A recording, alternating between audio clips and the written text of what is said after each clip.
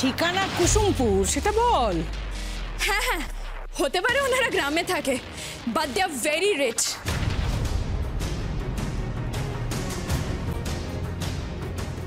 ওনাদের farm house আছে, আমার শ্বশুর মশাইয়ের মাছের ভেড়ি আছে,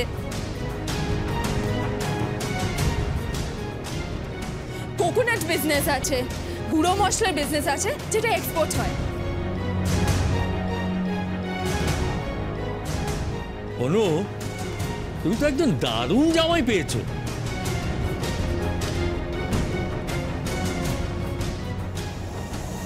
ঠিকই বলেছেন, দারুণ জামাই পেয়েছে, সত্যি দারুণ। ও হ্যাঁ, আপনি তো শুধু এই দামি দুলটাই দেখলেন, ওনারা বিয়ের জন্য একটা দামি নেকলেসও কিনে রেখেছে। মিথ্যে কথা।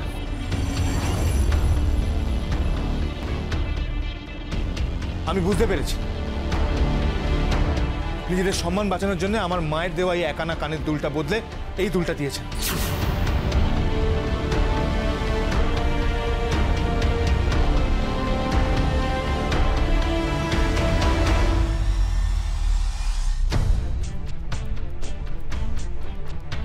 তরি দেবী, আপনার দয়া না আমার মা চেয়েছেন না আমি চেয়েছি। মিথ্যে বলছেন কেন?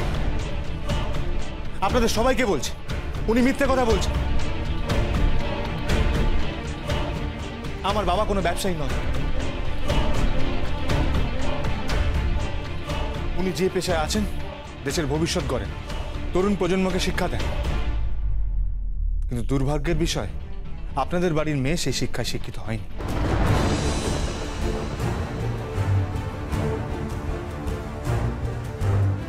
মিথ্যে দিয়ে সত্যিকে আড়াল করতে চাইছে। উনি কি করেন? উনি যে পেশায় আছেন তা হলো ছাত্রদের পড়ানো। না আমার বাবার কোনো ভেড়ির ব্যবসা আছে, না কোনো কোকোনাটের ব্যবসা আছে।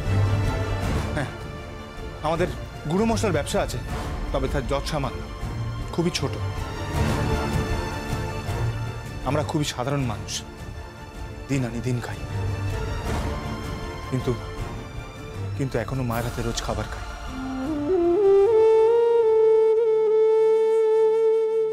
মায়ের কোলে মাথা রেখে গান শুনি,